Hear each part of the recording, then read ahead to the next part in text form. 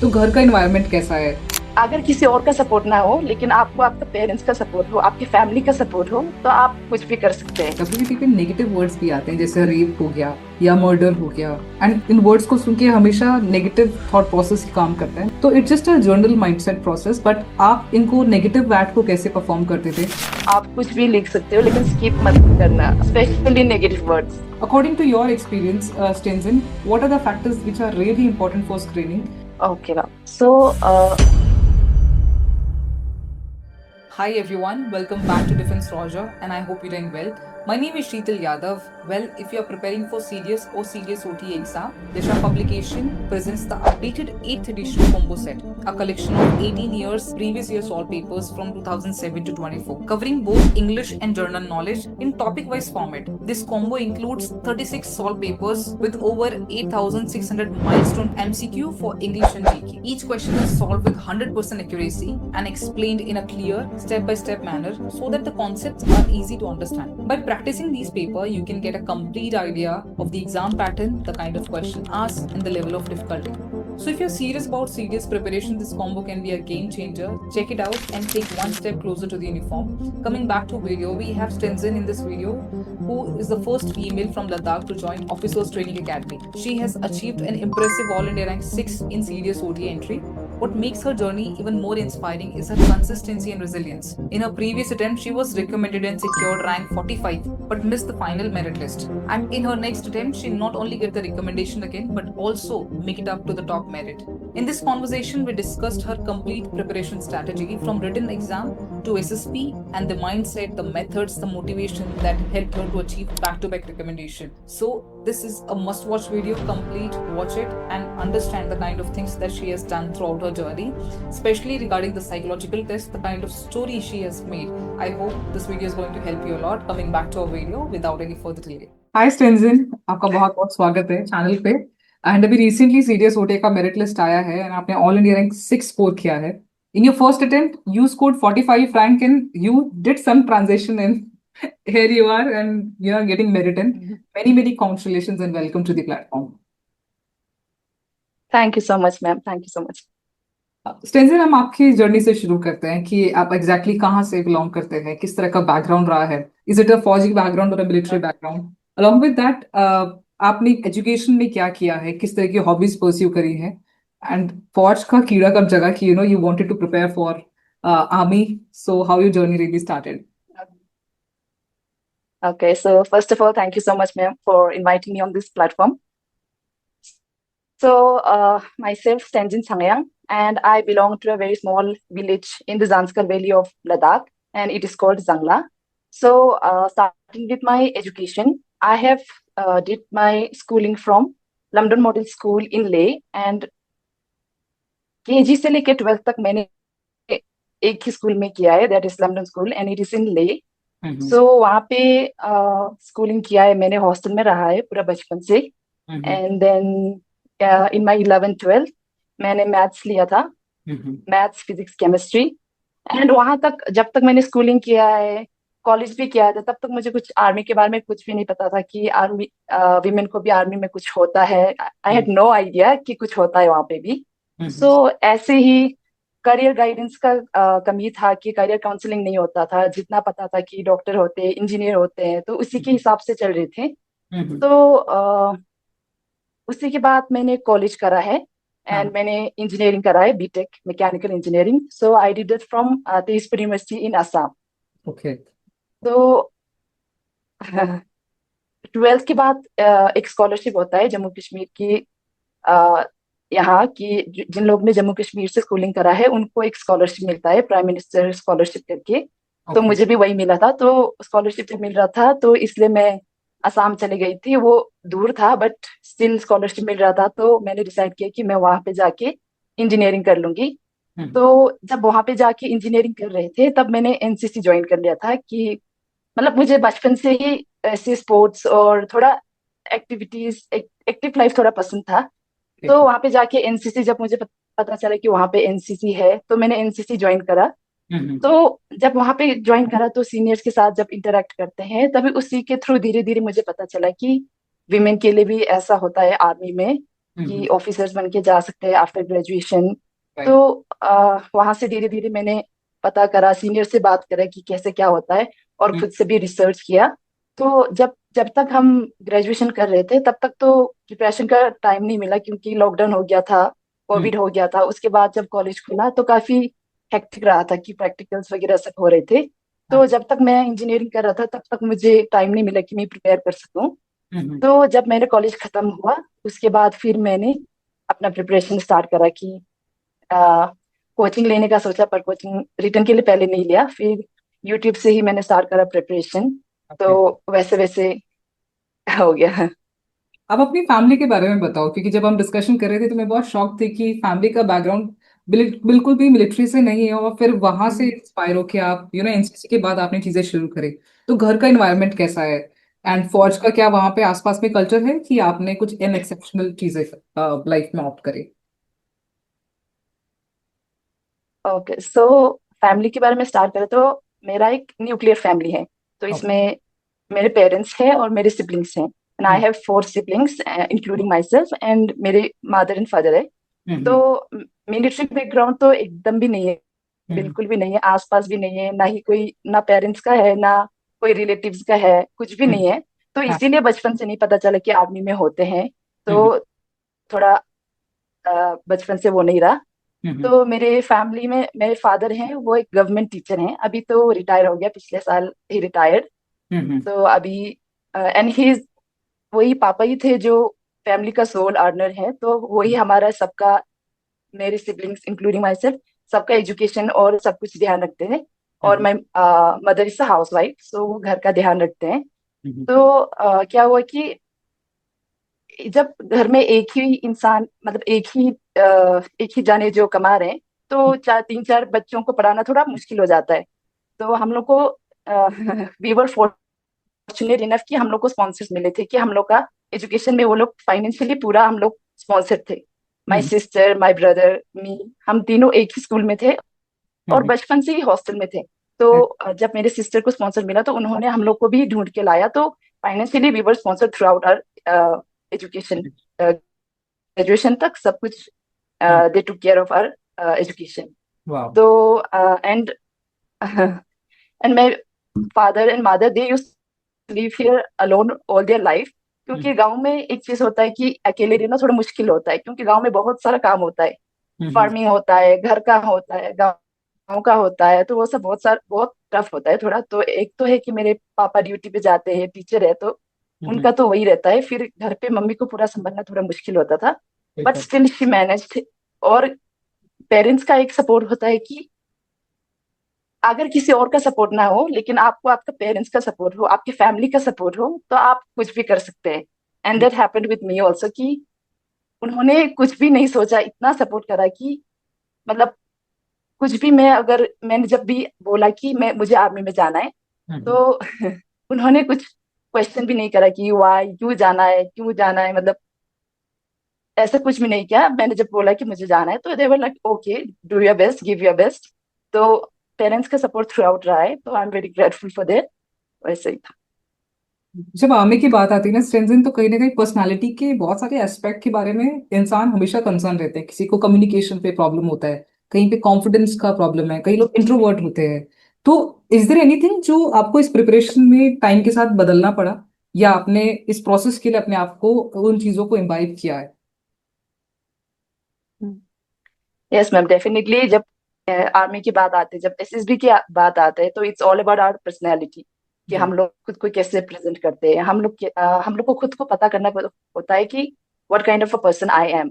तो राइट। उसको पता करने के लिए काफी चीज हम लोग को खुद खुद को मतलब इंट्रोस्पेक्ट करना पड़ता है, और काफी चीजें हम लोग को पता, दूसरों से पूछ के पता करना होता है कि हम में क्या कमी है, हम क्या चेंज कर सकते हैं। तो पर्सनालिटी की बात करें तो मैं ज्यादातर बचपन से ही बाहर रही हूँ, हॉस्टल में रहे हैं, ग्रेजुएशन के टाइम पे भी बाहर रहे हैं। तो मुझे ये सब मेरे लिए थोड़ा सा इजी था कि मैं मतलब लोगों से जल्दी मिल जाती हूँ, लोगों से ज्यादा जल्दी बात कर सकती हूँ। लेकिन जब कॉन्फिडेंस और थोड़ा स्पीकिंग की बात आता है तो मेरे में मुझ में भी वो थोड़ा कम था। कि हम ले में ऐसा होता है कि हम लोग जहाँ पे हैं तो थोड़ा एरिया थोड़ा सा बैकवर्ड माने जाते हैं compare to other parts of India. तो ओके। यहाँ पे भी स्पीकिंग का उतना ध्यान नहीं देते हैं बचपन से ही, बस रीडिंग राइटिंग पे तो देते ही हैं, बट स्पीकिंग ऐसा चीज है जो उतना हम लोग को सिखाते नहीं है और हम भी उतना प्रैक्टिस करते नहीं है। तो जब एसएसबी की बात आई, जब आगे हम लोग को जॉब के लिए जब कुछ करना पड़ता है, तब ये सब चीज हमको सीखना पड़ता है कि कैसे हम लोग कॉन्फिडेंटली मतलब लोगों से बात करें, कैसे इंटरेक्ट करें। तो हम्म। ये सब चीजें मुझे भी जब मैंने आर्मी के लिए स्टार्ट किया था, हम्म। तभी मुझे पता चल गया थी कि ये सब मुझे डेवलप करना पड़ेगा। तो तभी मैंने स्पीकिंग का काफी प्रैक्टिस किया, खुद से करना पड़ता है कि आप मिरर में देख के प्रैक्टिस कर दो। ये तो सब लोग बोलते ही हैं, जैसे कि आप स्पीकिंग ट्राई करो, लोगों से इंटरेक्ट करो, इंग्लिश में बात करो, हम्म। मिरर में ट्राई करो। तो ये सब चीज मैंने भी फॉलो करा है, क्योंकि ताकि एसएसबी जाके मुझे खुद को प्रॉब्लम ना हो। तो बिल्कुल। कॉन्फिडेंस और ये स्पीकिंग लेवल पे तो मैंने भी बहुत काम किया है, हम्म। और अभी करने की और भी जरूरत है। वाह, that is a very positive attitude Stensen आपका कि अभी तक जितना आपने अपने आप पे काम किया उसके बाद ट्रेनिंग जब होगी तब डेफिनेटली काफी सारे और पॉजिटिव चेंजेस आएंगे। बट हम थोड़ा रिटर्न के बारे में बात करते हैं। सीडीएस के जब भी रिटर्न के बारे में बात आती है तो यूपीएससी पेपर कंडक्ट करता है तो बच्चे पहले ही एग्जाम से पहले थोड़ा फियर फैक्टर रहता है कि पता नहीं will will we be able to clear the return exam. Because अब दोनों पेपर की अपनी अलग अलग कट ऑफ रहती है। तो वो भी एक फियर फैक्टर रहता है। तो हम थोड़ा सा रिटर्न को और डिटेल में बात करते हैं कि एग्जैक्टली आपने प्रिपरेशन कैसे शुरू किया एंड कौन से एंड प्रीवियस ईयर आपने कहाँ से करे, बिकॉज प्रीवियस ईयर एनालिसिस काफी इंपॉर्टेंट है। आपने उनको कैसे एनालाइज किया, अलॉन्ग विद दैट किन किन बुक्स को आपने रेफर किया है एंड कौन सा टॉपिक ज्यादा स्कोरिंग है और कौन से टॉपिक से कम करने के बाद भी हम उसको काफी अच्छे से मैनेज करके जाएं हल्का सा, तो उसके क्वेश्चंस को हम इजीली अटेम्प्ट कर सकते हैं। तो एग्जैक्टली आपने क्या ओवरऑल कट ऑफ का मार्क रखा था कि इतना अगर मैं स्कोर करूंगी तो it will help me to get merit in. तो थोड़ा सा हम रेटिंग के बारे में बात करते हैं। Okay ma'am. सो जब रिटर्न की बात करें तो हम लोग का सीरियस में होता है दो पेपर हम्म। गर्ल्स के लिए, लाइक जिनको ओटीए जाना है उनके सिर्फ दो ही पेपर होते हैं, इंग्लिश और जीएस। हम्म। तो इसमें इंग्लिश का बहुत इंपॉर्टेंट रोल होता है, क्योंकि इंग्लिश ही है जो हम लोग का स्कोर बहुत ज्यादा ऊपर ले जा सकते हैं या तो नीचे ले जा सकते हम्म। हैं। जीएस में तो वैसे भी थोड़ा स्कोर करना मुश्किल होता है। तो इट इज बेस्ट कि हम लोग इंग्लिश पे फोकस करें और इंग्लिश को डेली प्रैक्टिस करें। राइट। पहले तो है कि आपका इंग्लिश थोड़ा वीक है, मतलब बेसिक थोड़ा कमजोर है, तो आप बुक्स या यूट्यूब वीडियोस बहुत सारे हैं यहाँ पे, यूट्यूब में इतने सारे वीडियोस हैं कि आप कोई भी एक चैनल पकड़ के उसी पे रोज उसका वहां से ग्रामर पढ़ के, या फिर आप कोई बुक्स ले सकते हो, जैसे कि नीतू मैम का कुछ है, एक बुक है जो मैंने रिफर करा था। लेकिन ज्यादातर मैंने यूट्यूब से ही करा था, यूट्यूब के बैच से ही, कि कोई भी एक बैच होता है, फ्री बैच होता है, आप एक उसको पकड़ लो, फिर ग्रामर डेली प्रैक्टिस करो। हम्म। और फिर इंग्लिश का भी है कि आप जितना हो सके प्रीवियस ईयर क्वेश्चंस या फिर मॉक टेस्ट होते हैं काफी सारे, फ्री में भी प्रोवाइड करते हैं। और प्रीवियस ईयर क्वेश्चंस तो आपको किसी भी साइट पे मिल जाएंगे, सॉल्व करके भी मिल जाएंगे, अनसॉल्व भी मिल जाएंगे। तो आप एक पेपर उठा लो और वहां से डेली प्रैक्टिस करो। इंग्लिश तो लाइक आप 1-2 घंटा रोज प्रैक्टिस करो, या फिर क्वेश्चंस प्रैक्टिस करो, या फिर आप ऐसे ही यूट्यूब से पढ़ो। लेकिन इंग्लिश आप रोज प्रैक्टिस करो, ताकि आपका स्कोर लास्ट में अच्छा हो, बिल्कुल। क्योंकि रिटर्न का स्कोर काफी मैटर करता है लास्ट में। हम्म। तो इंग्लिश के लिए वही है कि आप, क्योंकि आप इंग्लिश का पेपर देखोगे तो कोई कोई कोई चीज है जो हर हर साल आते हैं, जैसे कि S1 S6 हो गया, और एरर रिपोर्ट करना हो गया, और पैसेजेस हो गया, तो वो सब हर साल आते हैं। तो आपको बस उसका S1 S6 को ये पता करना है कि आप कैसे सॉल्व करें, क्योंकि आप एक बार आपको पता चल गया तो आपको उतना मुश्किल नहीं लगेगा वो सॉल्व करना। तो हम्म। आपका प्रैक्टिस भी हो जाता है, तो आप टाइम, क्योंकि टाइम थोड़ा कम मिलता है, तो आप हम्म। प्रैक्टिस रेगुलर प्रैक्टिस करते रहोगे तो आपको इजी हो जाएगा एग्जाम में भी। बिल्कुल। तो बाकी और लेकिन ये है कि CDS 1 2024 में थोड़ा सा पेपर चेंज आया था, कि फॉरेन एक्सप्रेशन ये सब आ गया था। तो ये सब काफी अनप्रिडिक्टेबल है, तो आप कुछ प्रेडिक्ट नहीं कर सकते हो पहले से, आप ये सब नहीं कर सकते हो। लेकिन जितना हर साल आ रहे हैं, जैसे कि ग्रामर, ये स्पोर्टिंग एरर और सेंटेंस रीअरेंजमेंट, ये सब तो हर साल आते हैं। तो आप इंग्लिश तो आपके हाथ में कंप्लीटली है कि आप जितना आप करके जाओगे उतना आपका अच्छा होगा।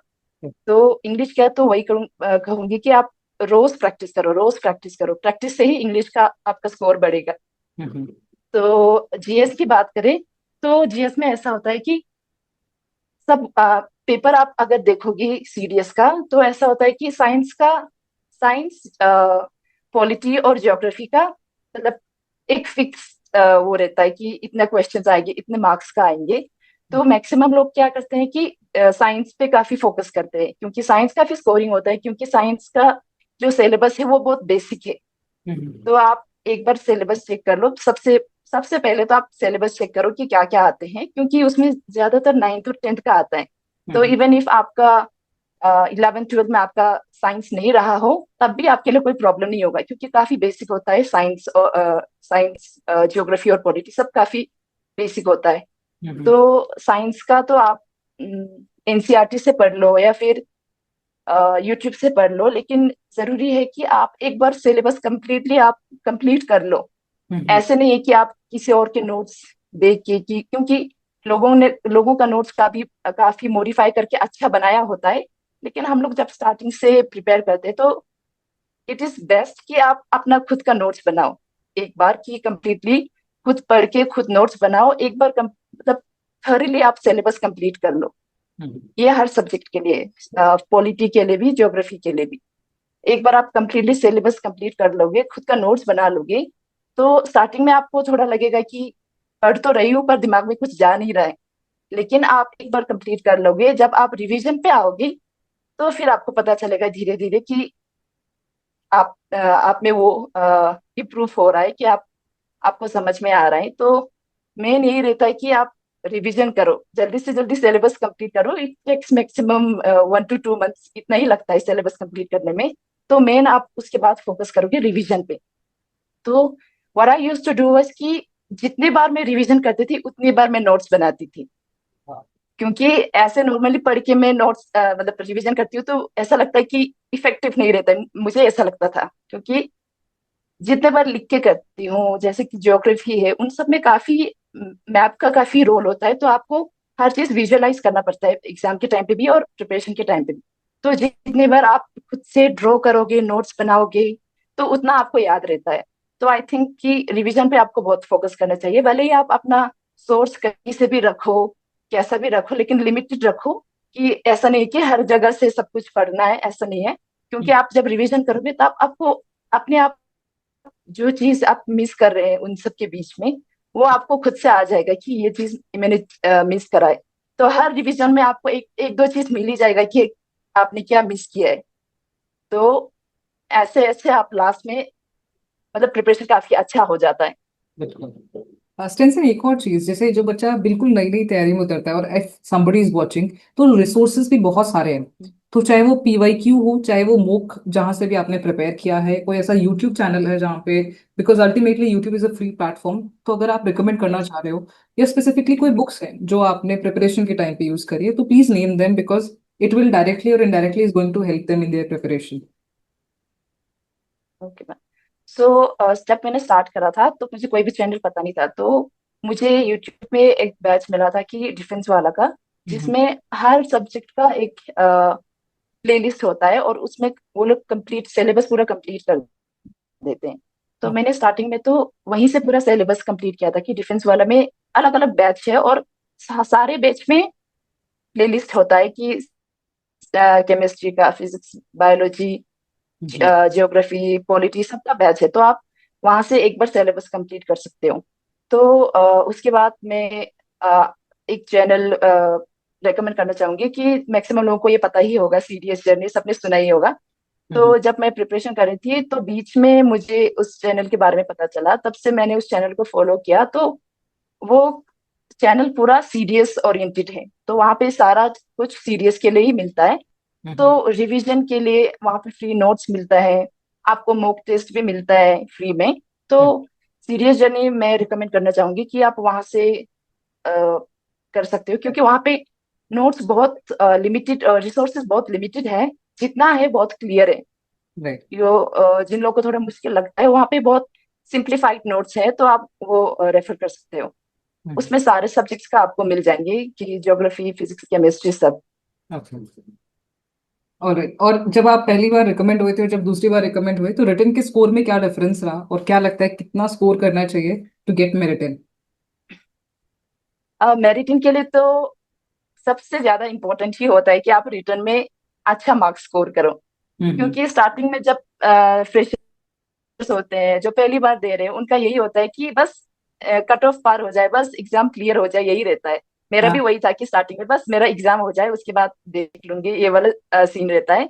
हम्म। तो मैं सबको बोलना चाहूंगी कि आप रिटर्न के लिए सिर्फ कट ऑफ को पास करने के लिए नहीं, बट आप मैक्सिमम 110 या 120 तक स्कोर करने के उतना टारगेट लेके चलो, ताकि उतना नहीं मिलने से भी कम से कम उसके आसपास आपको मिले, ताकि आपको मेरिट में इजी हो जाए। क्योंकि मेरिट लिस्ट में आप जब देखोगे तो आपको दिखाई देगा कि इवन इफ किसी का एसएसबी में 80 समथिंग रहा हो, लेकिन उसका एसएसबी में रिटर्न में होता है 120 समथिंग, तो एकदम टॉप पे पहुंच जाते हैं।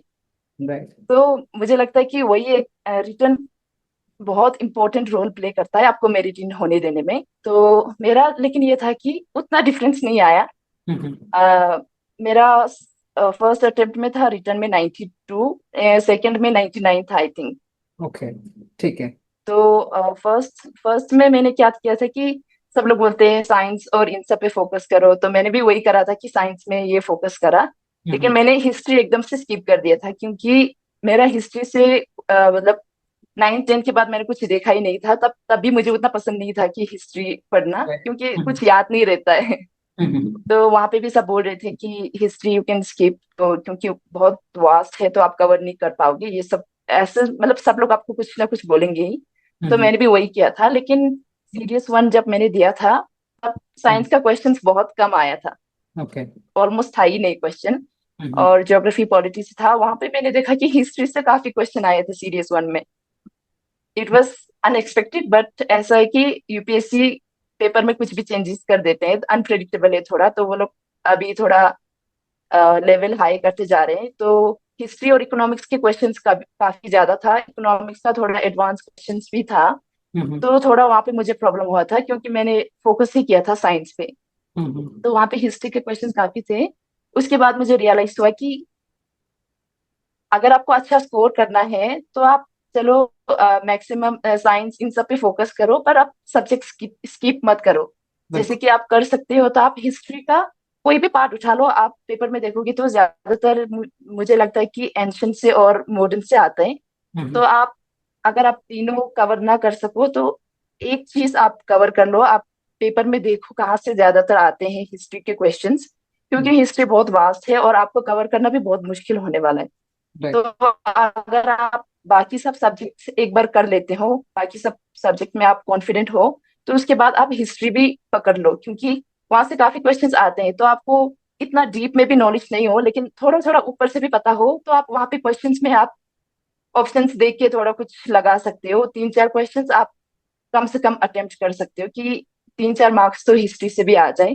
बिल्कुल। तो और है कि इकोनॉमिक्स, इकोनॉमिक्स में मुझे लगता है कि क्वेश्चंस काफी रिपीटेड आते हैं। इकोनॉमिक्स में आप प्रीवियस ईयर क्वेश्चंस आप करके जाओगे तो आपको काफी हेल्प होने वाला है, क्योंकि इकोनॉमिक्स के क्वेश्चंस काफी रिपीट होता है।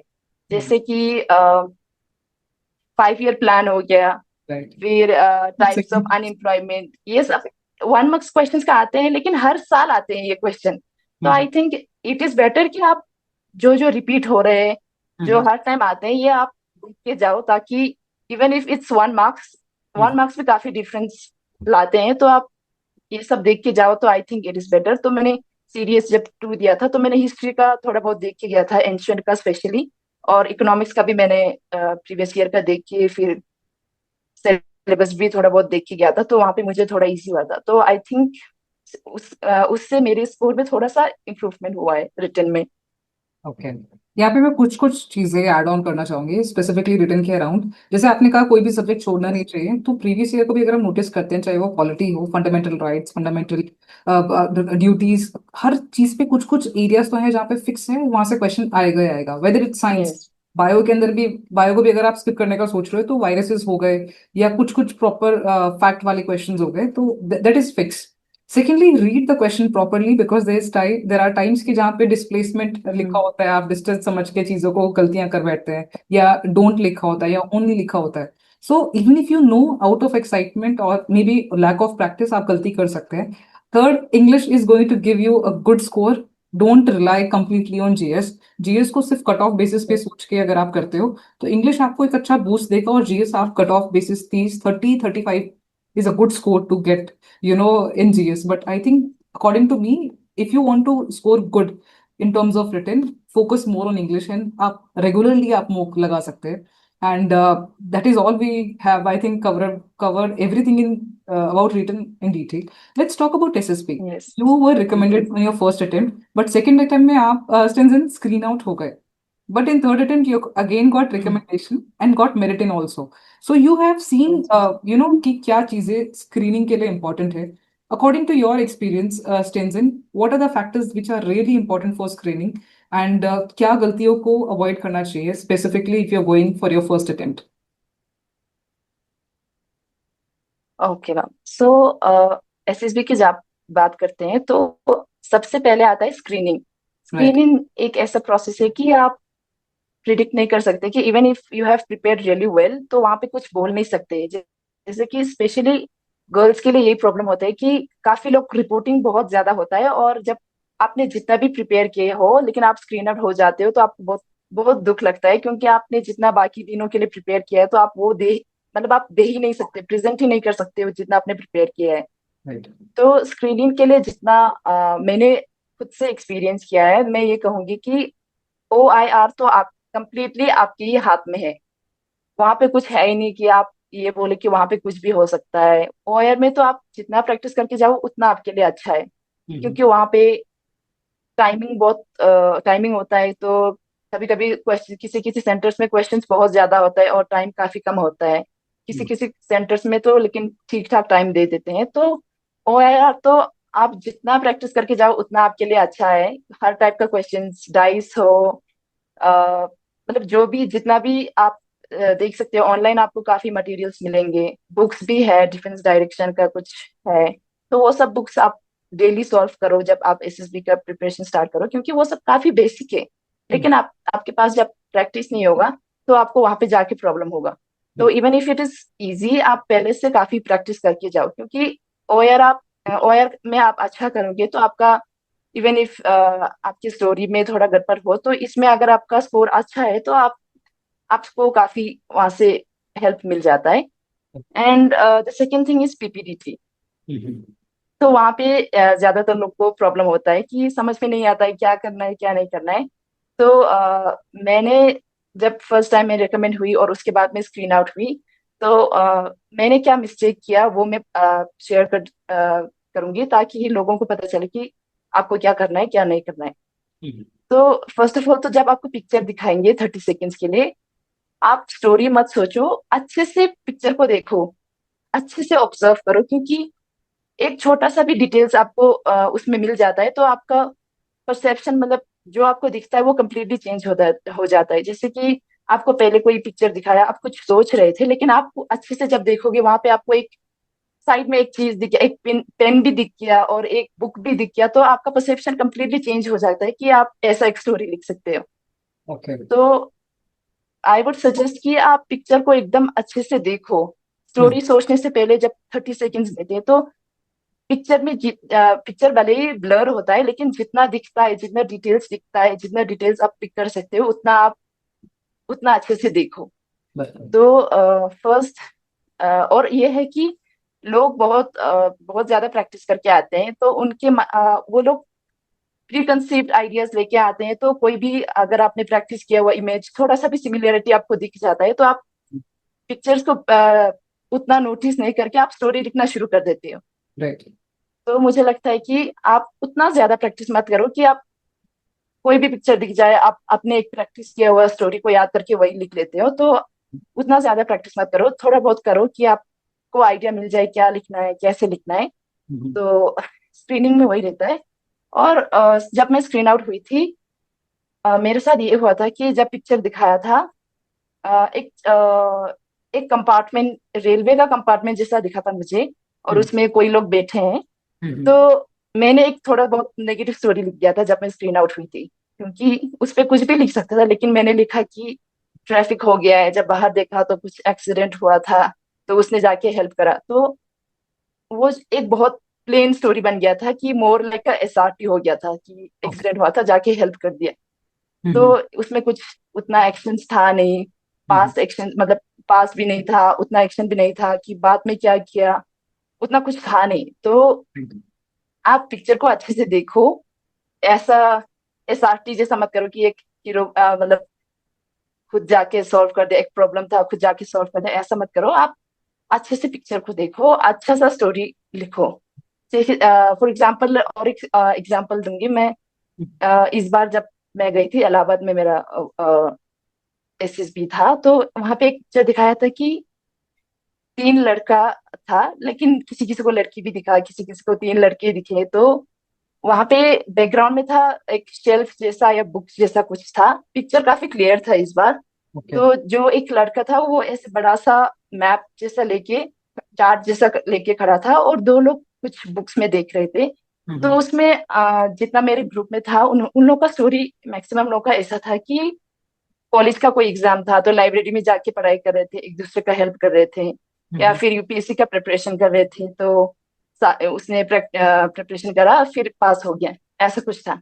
लेकिन आप अच्छे से जब पिक्चर को ऑब्जर्व करोगे, तो इट वॉज मोर लाइक कि रिसर्च, कुछ रिसर्च हो रहा है, या फिर कुछ डेटा कलेक्ट कर रहे हैं, क्योंकि इतना बड़ा सा चार्ट लेके आप ऐसे पढ़ाई नहीं करोगे एग्जाम के लिए। तो हम्म। अच्छे से जब देखोगे तो it was more like a research, कुछ रिसर्च करे, कुछ ढूंढ रहे हैं, कुछ डेटा कलेक्ट कर रहे हैं। तो कुछ कुछ लोगों का ऐसा स्टोरी था कि वो लोग कुछ डेटा कलेक्ट कर रहे हैं, और मेरा स्टोरी भी कुछ ऐसा था कि कुछ रिसर्च कर रहे हैं, ऐसा कुछ था। तो हम्म। आई थिंक जितने लोग ने बहुत कॉमन स्टोरी लिखा था कि यूपीएससी का प्रिपेयर कर रहे हैं, कॉलेज एग्जाम के प्रिपेयर कर रहे हैं, तो हम्म। आई थिंक वो सब स्टोरीज थोड़ा प्रीकंसीव्ड रहता है कि हम लोग हम्म। को काफी बुक्स में दिखाई देते हैं कि जब भी कोई कुछ लाइब्रेरी जैसा दिखता है तो यही स्टोरीज लिखते हैं। तो लेकिन जब आप अच्छे से पिक्चर को देखोगे, तो आपको खुद से अच्छा आइडियाज आ जाएगा। तो मैं यही करूंगी कि पिक्चर को अच्छे से ऑब्जर्व करो, स्टोरीज लिखने की जल्दी में मत रहो, बस अच्छे से ऑब्जर्व करो। Hmm. And what about discussion? Discussion के टाइम पे भी कई बार एज अ रिपीटर बैच में कई बार हर इंसान अपने आप को शो करने की कोशिश करता है, अपना प्रेजेंस दिखाता है, तो वहां पे भी बहुत ज्यादा कियोस और फिर मार्केट हो जाता है, तो वहां के लिए क्या सजेशन रहेगा? रिपीटर्स के बीच में तो बहुत सब लोग इतना चिल्लाते हैं, इतना चिल्लाते हैं, कोई किसी का कुछ भी नहीं सुनते, पता ही नहीं चलता कि कौन क्या बोल रहे हैं। राइट। फ्रेशर्स में तब भी थोड़ा बहुत शांत रहता है, वहां पे भी केओस रहता है, लेकिन हम्म। थोड़ा कम रहता है रिपीटर्स के बीच में। नरेशन भी सब लोग इतना बढ़िया करते हैं कि आपको समझ में नहीं आएगा कि कौन स्क्रीन आउट होगा कि कौन स्क्रीन इन होगा। लेकिन जब जीडी करते हैं तो कोई भी किसी का नहीं सुन रहा होता है। तो आई वुड सजेस्ट कि जब आप अपना पॉइंट्स दे रहे हो, तो दूसरों का भी सुन लिया करो, राइट। क्योंकि जब दूसरे का आप सुनोगे, आप उनके पॉइंट्स पे अग्री करोगे, तो जिनके कितने जितने लोग के पॉइंट्स पे आप अग्री करोगे, तो वो लोग भी आपको आपकी बात सुनेंगे, आपके पॉइंट्स पे अग्री करेंगे। तो आई थिंक बोलना तो इम्पोर्टेंट है ही, आप लिसनिंग भी बहुत इम्पोर्टेंट होता है कि आप आस पास चलो। इतना बड़ा ग्रुप होता है लड़कियों का, दूर दूर का तो आपको सुनाई भी नहीं देता है, तो एटलीस्ट अपने राइट या लेफ्ट में आप देखो, उनके पॉइंट्स पे अग्री करो। तो आई थिंक दैट हेल्प्स, क्योंकि फिर उसके बाद आप कुछ बोले तो वो लोग भी सुनते हैं। तो दैट लीव्स एन इम्पैक्ट कि आप गुड लिसनर भी हैं, गुड स्पीकर भी हैं। तो आई वुड सजेस्ट कि थोड़ा राइट लेफ्ट देखो, और दूसरों के पॉइंट्स भी सुनो, अपना पॉइंट्स भी अच्छे से रखो। डोंट गेट अग्रेसिव कि मेरा पॉइंट ही होने वाला है, मैं जो बोल रही हूँ वही सही है, ऐसा मत सोचो। कि इवन आपका स्टोरी सिलेक्ट नहीं भी होता है तो इट्स ओके। ऐसा नहीं कि आपका स्टोरी सिलेक्ट नहीं हुआ तो आप स्क्रीनिंग नहीं होगे, ऐसा कुछ भी नहीं है। तो स्टोरी कुछ भी हो, बस आप अपना प्रेजेंटेशन अच्छा रखो कि आप दूसरों का सुन रहे हो, खुद का अच्छे से बोल रहे हो, अग्रेसिव नहीं हो रहे हो, काम रहो। तो आई थिंक आपके लिए इजी हो जाता है। बिल्कुल।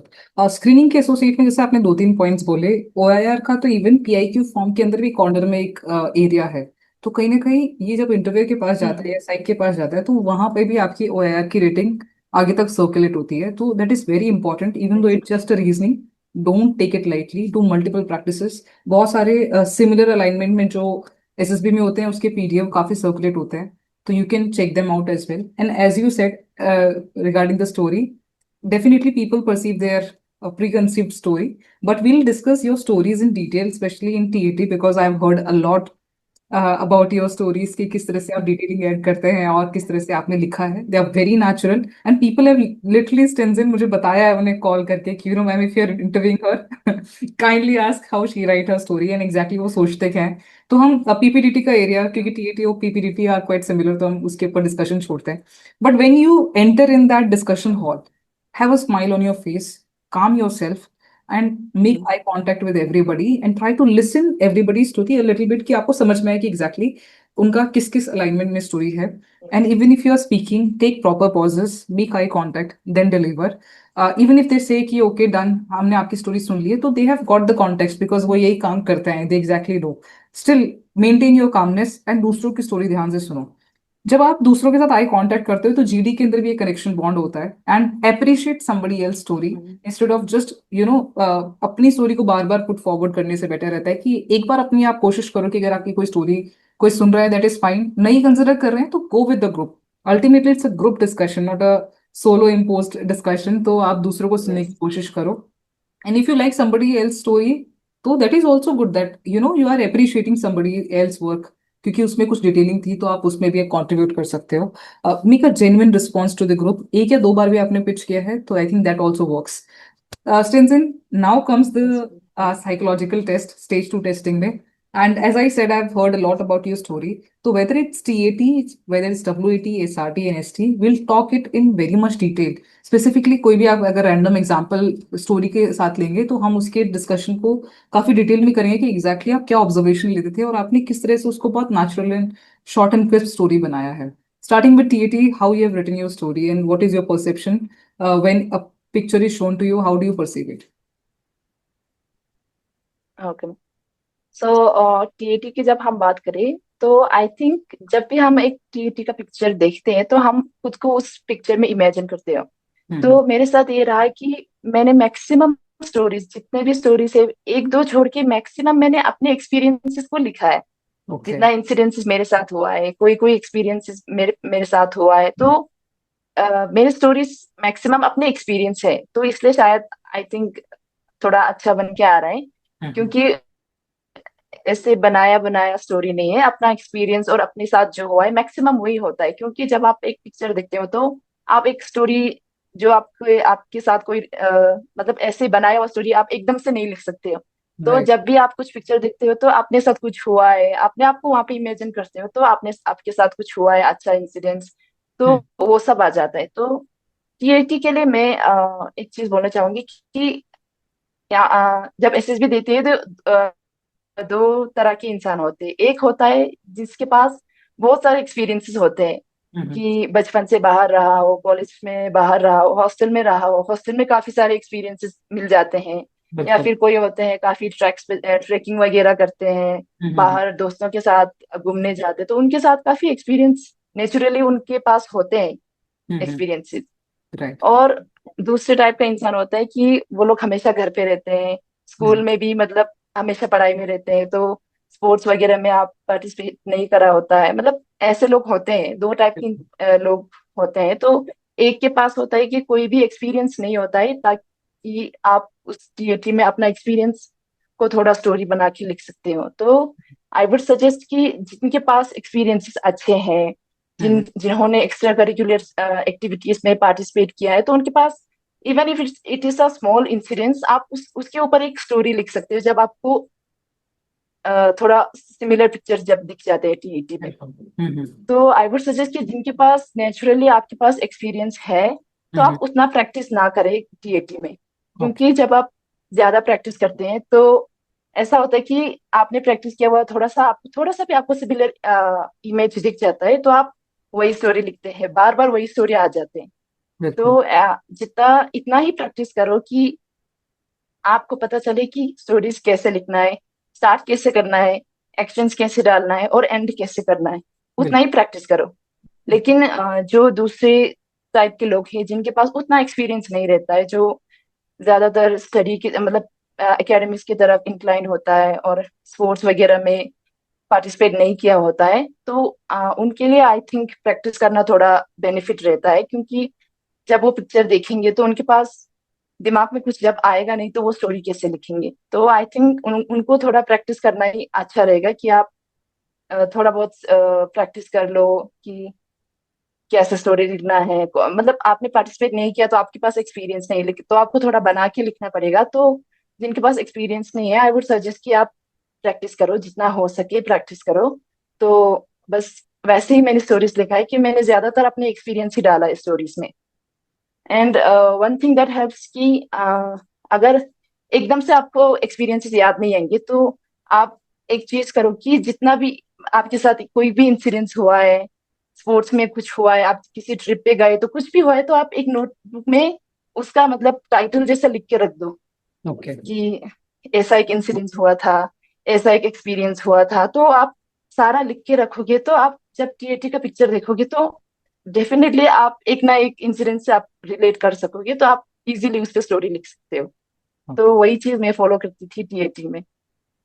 Any story we can discuss, because जब मैंने कहा कि इतना सुना है तो मेरे को एक ग्लिम्स भी चाहिए कि किस तरह से आपने लिखा है। कोई भी स्टोरी जो आपको याद आ रही हो, पिक्चर जो रेफरेंस में हो, एंड उसके अराउंड आपने क्या स्टोरी बनाया, किस तरह से आपने एक्शन डाला, तो ऑडियंस जो कैंडिडेट्स प्रिपेयर करें उनको एक अंदाजा रहेगा कि कैसे नेचुरल स्टोरीज लिखी जाती है instead of going with the same trend. So TAT में एक पिक्चर है कि एक लड़की ऐसे बैठी है और उसके हाथ में एक फोन है। हम्म। पिक्चर में बस वही है। हम्म। तो मेरे एक्सपीरियंस ऐसा रहा है कि जैसे मैंने आपको पहले ही बताया कि मैं हॉस्टल में रही हूँ पहले से ही, बचपन से ही। और हमारा गांव ऐसा है कि यहाँ पे नेटवर्क आते ही नहीं है। हम्म। पहले भी नहीं था, अभी आया है लास्ट 2-3 साल से। तो मैं हॉस्टल में रहती हूँ और यहाँ पे पेरेंट्स रहते हैं, तो एकदम बात फोन पे उतना बात बात नहीं होता था। तो हम्म। यहाँ पे भी अगर कॉल करना है तो थोड़ा दूर जाके, एक थोड़ा पहाड़ के ऊपर जाके ऐसे फोन लेके बैठना पड़ता है। तो वो पिक्चर देखते ही मेरे दिमाग में वही आया कि मतलब एक जगह पे जाके ऐसे फोन लेके बैठा है। तो मैंने उसी के ऊपर स्टोरी लिखा था कि मैं मतलब एक लड़की है, वो बाहर पढ़ने गई है, तो उनके गांव में नेटवर्क वगैरह नहीं है। तो संडे को क्या करते थे उसके पेरेंट्स, थोड़ा जहाँ पे नेटवर्क आते हैं उस एरिया में जाके बात करते थे उससे। तो लड़की अपना उसके साथ कुछ मतलब कुछ बात शेयर कर सकते हैं, तो वो करते थे। तो उसके पेरेंट्स भी उसको थोड़ा मोटिवेट करते थे कि ऐसा करो ऐसा नहीं करो, जो भी बोल के मतलब जो भी बात होता था। तो हम्म। जो लड़की है वो उससे थोड़ा बात करके थोड़ा अच्छा फील करते हैं। फिर वो अपने पेरेंट्स के बारे में सोच के, अपना पेरेंट्स का स्ट्रगल सोच के वो अच्छे से पढ़ाई करते हैं, हम्म। अच्छे से एक प्लेसमेंट मिलता है, फिर अपने पेरेंट्स का हेल्प करते हैं। ऐसा कुछ लिखा था। तो वाह। ये सब बहुत नेचुरली आ जाते थे। वही तो। और स्टोरीज तो, और एक स्टोरी था कि एक माउंटेन है और वहां पे 3-4 लोग चल रहे हैं। तो उसका मेरा एक्सपीरियंस ऐसा है कि हम लोग जब विंटर हॉलीडे होता है तो हम लोग ले से घर आने तक हम लोग का बीच में जो हाई पास है वो ब्लॉक हो जाता है स्नोफॉल की वजह से। तो हम लोग को एक फ्रोजन रिवर, आई थिंक ज्यादातर लोग ने नाम सुना होगा, उसको चादर बोलते हैं, चादर ट्रैक। अभी एक फेमस ट्रैक बन गया है। हम्म। लेकिन जब हम स्कूल में पढ़ते थे तो हम लोग के लिए ये it was the only way कि हम लोग विंटर हॉलीडे के लिए ले से स्कूल से अपने घर तक आ सके। And it used to be a journey of 3-4 days. आप फ्रोजन रिवर पे चल के आते हो अपना बैग वैग लेके। और हमारे पेरेंट्स, स्पेशली हमारे फादर, जितने भी बच्चे वहां पढ़ते हैं उनके फादर सब लोग लेने आते हैं। फिर हम लोग ऐसे बैकपैक लेके 3-4 दिन का वो जर्नी होता था। तो पूरा फ्रोजन रिवर पे चलना होता है। तो मेरा एक्सपीरियंस उसमें था, जब वहां पे आइस नहीं होते हैं तो उनको माउंटेन पे क्लाइंब करना पड़ता है। तो अपने हिसाब एक्सपीरियंस के हिसाब से मैंने वहीं पे वैसे ही स्टोरी, मतलब मैंने एग्जैक्टली अपना स्टोरी लिख दिया था उस पे। तो हम्म। आई थिंक अपना एक्सपीरियंस काफी हेल्प करता है। तो अच्छा है कि अगर आप, जैसे कि कोई आप कॉलेज में हो, आपके पास अभी टाइम है, तो आपके आई वुड सजेस्ट कि आप जितना हो सके उतना बाहर जाओ, ट्रैक्स करो, दोस्तों के साथ घूमने जाओ, मतलब कुछ भी हो, पार्टिसिपेट करो एक्टिविटीज में। तो आपको काफी सारे एक्सपीरियंस मिल जाएंगे। तो आपको नेचुरली ये सब बाद में आपको हेल्प, इन सब का हेल्प मिल जाएगा बाद में। बिल्कुल, आई थिंक आपके एक्सपीरियंसेस बहुत वास्ट रहे हैं। एंड काफी चैलेंजेस रहते होंगे जहाँ पे आप रहते हैं, बिकॉज वहाँ पे टफ क्लाइमेटिक कंडीशंस हैं। तो but anyway it help you in your story writing, तो I think it was worth the wait. Yes ma'am. And अभी हम थोड़ा WAT पे बात करते हैं। WAT पे नेगेटिव वर्ड्स भी आते हैं, जैसे रेप हो गया या मर्डर हो गया। एंड इन इन वर्ड्स को सुन के हमेशा नेगेटिव थॉट प्रोसेस ही काम करता है मोस्ट ऑफ द लोगों का। जैसे ड्रिंक आता है तो अल्कोहल से असेंबल करने की कोशिश करते हैं लोग। तो it's just a journal mindset process, but आप इनको नेगेटिव वैट को कैसे परफॉर्म करते थे, एंड क्या आपका इसके रिगार्डिंग टेक था? सो वेट के रिगार्डिंग आई वुड से कि वेट एक ऐसा चीज है, आप प्रैक्टिस कर सकते हो, क्योंकि वर्ड्स जो है बहुत कॉमन होते हैं। और आप जितने भी गूगल में किसी भी वेबसाइट पे जाओ, मतलब हर जगह इतने सारे वर्ड्स मिल जाते हैं, और एसएसबी में भी वही वर्ड्स आते हैं कि वही नॉर्मली जो हम यूज करते हैं वही वर्ड्स आते हैं। तो इफ यू कैन, अगर आप कर सकते हो तो अच्छा अच्छा सेंटेंस लिखो। अगर आप न्यूज़पेपर पढ़ रहे हो तो वहां से आपको करंट अफेयर्स के कुछ न्यूज रिलेटेड या कुछ ऐसे सेंटेंसेस आप लिख सकते हो। लेकिन मेरे साथ ये प्रॉब्लम था कि मैं मुझे वो सब सेंटेंसेस याद ही नहीं आते जब मैं एसएसबी में साइक टेस्ट दे रही हूँ। तो मुझे अच्छा अच्छा सेंटेंसेस जब भी मुझे याद नहीं आते थे, हम्म। तो मैंने ये करा कि मैंने जस्ट सिंपल सिंपल सेंटेंसेस लिखे हैं। हम्म। बहुत ज्यादा सिंपल सेंटेंसेस, मैंने कुछ इतना स्टैंडर्ड और कुछ कॉम्प्लिकेटेड कॉम्प्लिकेटेड सेंटेंसेस नहीं लिखे। मैंने बस सिंपल सिंपल सेंटेंसेस लिखे थे, क्योंकि जब आपको वहां पे प्रेशर होता है, टाइम भी नहीं होता है, तो कुछ उतना याद नहीं आता है। याद किसी नहीं किसी को आता है, इट्स वेल एंड गुड, लेकिन मैक्सिमम लोग को वो नहीं आता है। तो सिंपल सिंपल सेंटेंसेस आप लिख सकते हो, लेकिन पॉजिटिव लिखो। जैसे कि आपने बोला कि नेगेटिव सेंटेंस, जब नेगेटिव वर्ड कोई आता है तो आपके दिमाग में नेगेटिव सेंटेंस ही आते हैं, नेचुरली आ ही जाते हैं। तो क्या करते हैं कि लोग बच्चे सोचते हैं कि नेगेटिव सेंटेंस लिखने से अच्छा है कि स्किप कर देती हूँ इस वर्ड को। तो आई थिंक आप जितना भी कैसा भी वर्ड हो, आप स्किप मत करो बिल्कुल भी, क्योंकि राइट। एक ब्लैंक सेंटेंस बहुत कुछ कह जाते हैं। Even if you have written nothing, but अगर आपने ब्लैंक छोड़ा है तो आप वो चीज आपके बारे में काफी कुछ बोल जाते हैं, वो ब्लैंक लाइन। तो आप कुछ जैसे कि किल हो गया, तो आप वहां पे लिख सकते हो कि कंसिस्टेंसी किल्स, क्या बोलते हैं, मतलब कंसिस्टेंसी किल्स, मतलब कुछ भी वर्ड ऐसे।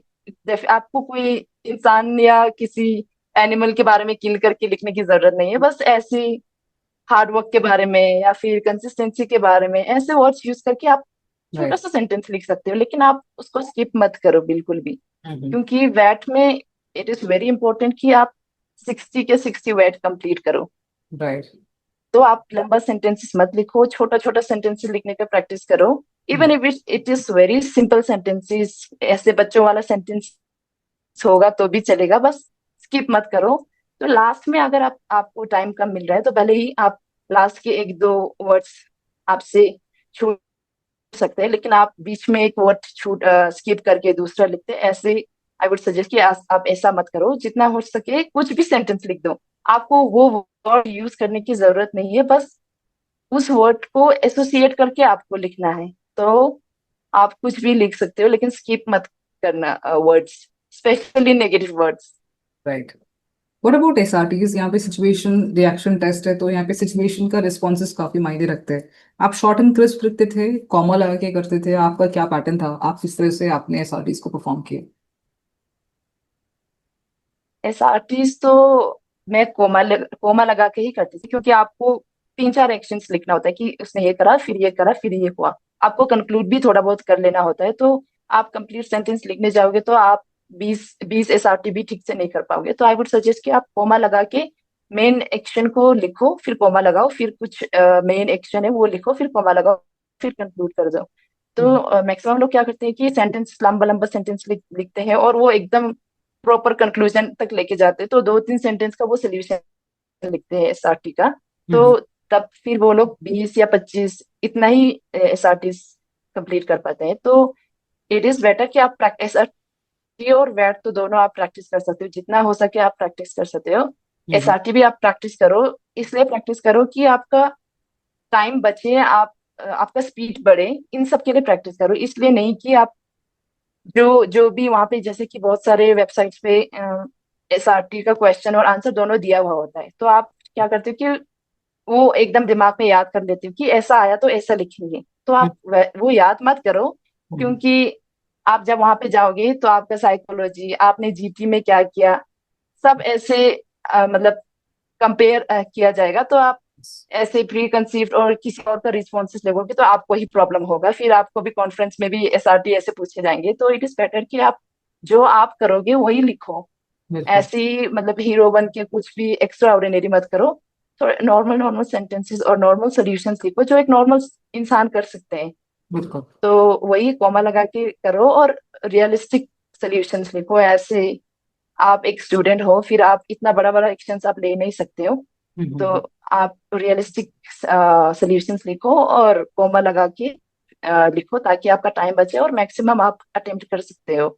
बिल्कुल। बस वही है। स्टेंसिल, अब हम बात करते हैं एसडी की। SD is very important, but यहाँ पे हम्म। हर इंसान का लिखने का तरीका बहुत यूनिक होता है। आपने एसडी को कैसे लिखा? बिकॉज मेरे को बड़ा क्यूरियोसिटी है what your parents think about you. आपने बहुत कम टाइम स्पेंड किया उनके साथ, तो उनके ओपिनियंस कैसे थे और आपने उस कॉलम में क्या देखा है? एसडी के अराउंड क्या क्या यूनिक चीजें थी जो यस। आपको लगता है जो आपको दूसरे कैंडिडेट से स्टैंड आउट करती है? तो एस डी इज समथिंग आप बिल्कुल प्रिपेयर करके जा सकते हो। आपके पास काफी टाइम है एग्जाम के बाद। एसएसबी जब प्रिपेयर करते हैं तो आपके पास काफी टाइम है। तो वहाँ पे एक आता है कि आपके पेरेंट्स क्या सोचते हैं। तो आप खुद से वो सब लिखने की लिखने से अच्छा है कि आप अपने पेरेंट्स से पूछ लो कि आपको आप मेरे बारे में क्या सोचते हो, आपको मेरे में क्या अच्छा लगता है, क्या बुरा लगता है। तो जब वो ये सब बताएंगे तो वो आपको एग्जाम्पल भी दे के बताएंगे कि ऐसा क्यों लगता है। आप अगर वो ना दे तो आप खुद पूछो कि आप ये बोल रहे हो तो मतलब किस बेसिस पे बोल रहे हो, ऐसा मैंने क्या हाँ। किया। तो ये सब आप अपने पेरेंट्स से तो आराम से पूछ सकते हो। तो आप वो सब पूछो, फिर लिखो कि एक वर्ड में कन्वर्ट करके लिखो कि आप अगर आपको रिस्पॉन्सिबल आपके पेरेंट्स समझते हैं तो आप रिस्पॉन्सिबल लिखो। लेकिन आप इसके साथ भी प्रिपेयर रहो कि आप रिस्पॉन्सिबल मतलब आपने क्यों लिखा है, ऐसा आपने क्या किया है। तो आप अपने पेरेंट्स से पूछो। आप खुद से भी सोच सकते हो कि आपने ऐसा क्या किया है कि आप अपने आप को रिस्पॉन्सिबल लिख सकते हो। तो सेम ऐसा है कि आप अपने फ्रेंड्स, आपके वहाँ पे फ्रेंड्स का ओपिनियन भी होता है तो अपने फ्रेंड्स से अच्छे से पूछो कि। लेकिन ऐसा हम लोग का फ्रेंड्स ऐसा होता है कि हम लोग कुछ पूछते हैं वो लोग अच्छे ही बताते हैं। तो आप उनको इंसिस्ट करो कि आ, सच सच बताओ। अच्छा भी है बुरा भी क्वालिटीज भी है तो सच बताओ, क्योंकि आपको जब जब आप सच लिखोगे तभी आपको एसडी में भी वो रिफ्लेक्ट होगा कि आपने सच लिखा है। और इंटरव्यू में भी आपको वो काफी हेल्प करेंगे। तो आपने दो तीन क्लोज फ्रेंड से पूछो कि मेरे बारे में क्या अच्छा लगता है, क्या बुरा लगता है। तो एसडी में आप पहले तो लिखो कि आप आपके पेरेंट्स आपके बारे में क्या सोचते हैं। थोड़ा एक दो चीज तो तीन चार चीज तो आप अच्छा अच्छा चीज लिखो। लेकिन आप कोई भी इंसान परफेक्ट है नहीं, तो आप उसमें थोड़ा सा आप में जो कमी है वो भी लिख दो। थोड़ा सा छोटा सा वर्ड में लिख दो कि आप में क्या कमी है और उसको आप कैसे इम्प्रूव कर रहे हो। बिल्कुल। वो इम्प्रूव करने के लिए आपने अभी तक क्या किया और आप करके आगे भी क्या करोगे इम्प्रूव करने के लिए। तो छोटे छोटे सेंटेंस में लिखो। लास्ट के दो लाइन आप लिख दो कि आपके आप में क्या कमी है और आप उसको इम्प्रूव करने के लिए क्या करते हो। सेम विथ आपकी फ्रेंड्स के साथ भी वही है कि स्टार्टिंग के तीन चार लाइंस आप लिखो थोड़ा अच्छा अच्छा चीज कि आपने क्या क्या किया है और अपने फ्रेंड्स के लिए क्या क्या किया है और वो आपके बारे में क्या सोचते हैं। अच्छा चीज लिखो, फिर लास्ट में थोड़ा बैड क्वालिटीज में आप में होंगे तो वो भी ऐड कर दो, ताकि थोड़ा रियलिस्टिक रहता है कि आप सब कुछ अच्छा तो हो नहीं सकता किसी कोई भी। तो उसमें थोड़ा कमी तो होता ही है। तो आप लास्ट में दो तीन सेंटेंसेस ऐड कर दो कि ये सब मेरे फ्रेंड्स ने बोला कि this things are things that I need to improve in me. तो वो लिख दो। टीचर्स का तो अगर आप पूछ सकते हैं तो पूछ सकते हो, लेकिन टीचर्स का तो आपका स्कूल के टीचर्स का तो आप पूछ के नहीं कर सकते हो क्योंकि कांटेक्ट में नहीं रहता है। तो आप खुद से भी थोड़ा सोच के लिख सकते हो कि आप कैसा स्टूडेंट रहा था आप स्कूल में। और तो मतलब टीचर्स का तो आप थोड़ा कुछ बना के लिख सकते हो कि कैसा स्टूडेंट था आप, आपके टीचर्स आपको क्या बोलते थे स्कूल में। तो उस हिसाब से आप लिख सकते हो। तो वही है कि थोड़ा रियलिस्टिक रखो। इतना खुद की तारीफ मत कर दो कि आपको खुद बाद में प्रॉब्लम हो जाएगा जब इंटरव्यू में आपको ये सब इंटरव्यू में भी आपको ये पूछा जाता है। तो आप इतना अच्छा अच्छा चीज अपना तारीफ करोगे तो आप खुद उसमें फंस जाओगे। तो जो जो कमियां हैं वो आप आराम से लिख सकते हो, ये सब है, और फिर आप इम्प्रूव करने के लिए क्या कर रहे हो वही सब लिखो। तो ये तो एकदम प्रिपेयर करके जाओ। आप एक नोटबुक में लिखो, पहले पहले आप जितना लंबा हो सके उतना लिखो, जो भी आ रहा है आप लिखो, फिर उसको आप मॉडिफाई करते जाओ, और लास्ट में 5-6 सेंटेंसेस का ही रखो। उसमें आप एकदम मतलब बढ़िया सा एसजी, बढ़िया सा अच्छा अच्छा वर्ड्स यूज करके एक 5-6 लाइन का एक मतलब प्रिपेयर करके जाओ, और एकदम वो तो आप एकदम याद ही करके जाओ, ताकि आपको वहां पे टाइम का प्रॉब्लम ना हो और अच्छे से लिख सको बस। राइट। जैसे आपने कहा कि कई बार हम एट्रीब्यूट्स लिख देते हैं, जैसे कि I am hard working, I am passionate, but उन एट्रीब्यूट्स के साथ आप क्या ऐसी चीज कर रहे हैं जिसकी वजह से आपको लगता है हार्ड वर्किंग हो, या इंथुसियास्ट स्पोर्ट्स इंथुसियास्ट चीज रहे हो, तो say that I wake up at 5, I go for do this and that, everything need to be justified in your essay, just not the attribute based. Yes. Stenson, let's talk about your postal interview. I am sure they would have asked you very interesting questions. And is there any incident where they have tested your presence of mind? Okay, so interview तो maximum आपके PIQ के ऊपर ही रहता है। आपने जो लिखा है वही आपसे पूछा जाएगा कि हाँ। आपने जो लिखा है उसके बारे में आपको आप खुद को पता है कि नहीं, कि आपने क्या लिखा है। तो मैक्सिमम तो पीआईक्यू के बेसिस पे ही रहता है। तो मेरे फर्स्ट एक्सपीरियंस के बारे में बताऊं तो पर्सनल इंटरव्यू जब मेरे फर्स्ट अटेम्प्ट था उसमें मैं काफी नर्वस थी। मैं मतलब एकदम रेडी रेडी से मतलब आंसर्स भी ऐसे दे रही थी। और ऊपर से क्या हुआ कि मेरा टेक्निकल बैकग्राउंड है, मैंने इंजीनियरिंग करा हुआ है। तो मुझे पता नहीं था कि मुझे इंटरव्यू का उतना प्रैक्टिस भी नहीं था। थोड़ा बहुत ऐसे ही प्रिपेयर करके चली गई थी। तो ऐसे करके मेरा इंटरव्यू जो है वो टेक्निकल की तरफ एकदम इंक्लाइन हो गया, और सर टेक्निकल के बारे में पूछते गए। थोड़ा बहुत तो मैंने प्रिपेयर करा हुआ था कि मैंने इंजीनियरिंग करा है तो ये सब मुझसे पूछा ही जाएगा।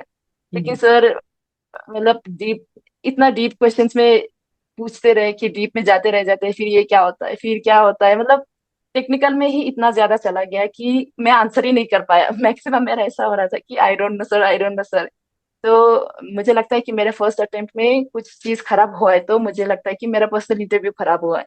उस टाइम पे मैंने खुद के ऊपर भी उतना मतलब इंट्रोस्पेक्ट नहीं करा था। तो मुझे जब खुद के बारे में पूछ रहे थे तो मुझे खुद के बारे में भी उतना नहीं पता था। मैं अपना क्वालिटीज बताओ, तो मैं वो सब भी जब कोई सामने से पूछ रहा है तो वो सब भी अच्छे से नहीं बता पा रही थी। तो मुझे लगता है कि वो सब हुआ है। तो सेकेंड इंटरव्यू के बारे में जब बात करें, लास्ट वाला इंटरव्यू, तो वो मतलब मैक्सिमम पीआईक्यू के ऊपर ही रहा था कि फैमिली के बारे में बताओ, फ्रेंड्स के बारे में बताओ, उनके क्वालिटीज के बारे में पूछा है। उसमें मैंने क्या किया कि मुझे पता था कि फिर इसमें भी टेक्निकल की तरफ जा सकता है, तो मैंने स्टार्टिंग में ही बता दिया कि मुझे टेक्निकल में मैंने मतलब उतना समझ था नहीं, ऐसे ही मैंने बीटेक कर लिया। तो मैंने स्टार्टिंग में ही उनको बता दिया, तो सो दैट कि उस तरफ फिर से उस टेक्निकल की तरफ ना जाए और मेरा इंटरव्यू पहले की तरह ना जाए। इसलिए मैंने स्टार्टिंग में ही मतलब ऐसे तैसे सर को बता दिया कि मेरा टेक्निकल का उतना अच्छा है नहीं, मैंने ऐसे ही कर लिया था। तो हम्म। इसलिए मैक्सिमम पीआईक्यू की तरफ ही रहा, मतलब इंटरव्यू रहा था। तो और एक चीज है कि पर्सनल इंटरव्यू में कोई क्वेश्चंस ऐसे पूछे जाते हैं कि आप आंसर ही ना कर पाओ। एंड आई थिंक कि वो इंटेंशनल रहता है उनका कि आप आंसर नहीं कर पाओ, इसीलिए ही पूछे जाते हैं वो क्वेश्चंस। जैसे कि लास्ट इंटरव्यू में मुझे पूछा था कि एक स्विट्जरलैंड और जर्मनी, ऐसा कुछ छोटा छोटा दो कंट्री था, उनका रिलेशन बताओ बोला। तो ठीक है। ऐसे तो वहां पे उस टाइम पे चल रहा था यूक्रेन रशिया और इसराइल, ये सब चल रहा। तो हमने तो जो न्यूज़पेपर में होता है, जो करंटली चल रहा है, वो तो हमने अच्छे से पढ़ा होता ही है। हाँ हाँ। लेकिन सर ने एकदम से ऐसा पूछा कि जर्मनी और स्विट्जरलैंड का रिलेशन बताओ। तो आई थिंक जो बहुत ज्यादा इंटरनेशनल रिलेशंस पढ़ रहे, जो यूपीएससी कर रहे हो, तो शायद उनको थोड़ा पता हो सकता है कि इनका कोई रिलेशन है। हाँ हाँ। लेकिन हम लोग मैक्सिमम लोग तो उतना पता नहीं होता है। तो आई थिंक उनको भी, सर को भी पता होता है कि आप ये आंसर नहीं कर पाओगे। हाँ हाँ। तो फिर भी वो पूछते हैं टू चेक कि आप कैसे हैंडल करते हो उस क्वेश्चन को, बिल्कुल। आप इस सिचुएशन में कैसे रिएक्ट करते हो, हम्म। मतलब प्रेशर के अंदर आप क्या बोलते हो। तो हम्म। अगर आपको थोड़ा बहुत आइडिया है तो चलो आप सर से थोड़ा टाइम ले लो कि मैं थोड़ा सोच के बताती हूँ। लेकिन ये चीज तो मुझे कुछ पता ही नहीं था कि स्विट्जरलैंड और जर्मनी के बीच में क्या रिलेशन है। तो सोचने का भी कोई फायदा नहीं था, मैंने सीधा बोल दिया कि सर आई डोंट नो। तो हम्म। उसके बाद फिर सर ने और एक ऐसा दो छोटा छोटा कंट्रीज का पूछा था, उसको छोड़ के और एक फिर दूसरा कंट्री का पूछा, उसका भी मुझे नहीं पता था। तो मैंने फिर से सर को बोल दिया कि सर आई डोंट नो। तो सर तो क्योंकि उस टाइम में कोई कोई इतना पैनिक कर जाते हैं कि वो कुछ भी बोल देते हैं जो एकदम रिलेटेड ही नहीं है क्वेश्चन से। तो आई थिंक अगर आपको बिल्कुल भी आइडिया नहीं तो जस्ट आप सीधे बोल दो कि मुझे नहीं पता है। ऐसे ही घुमाने से अच्छा है कि बोल दो नहीं आता है। तो वो चीज रहता है। बाकी इंटरव्यू में डायमेंशंस का तो ऐसे क्वेश्चंस पूछते हैं, तो आप प्रिपेयर करके ही जा सकते हो। वो तो हर हर इंटरव्यू में आई थिंक एक ऐसे इंटरनेशनल न्यूज, नेशनल न्यूज, और फिर ये रूम कन्वर्जन, ये रूम का वॉल्यूम बताओ, ये सब तो बहुत कॉमन क्वेश्चंस होता है। तो ये सब आप थोड़ा मतलब ट्रिक्स देख के जा सकते हो। आप रूम का वॉल्यूम कैसे मतलब मेजर कर सकते हो, ये सब तो पूछते ही है।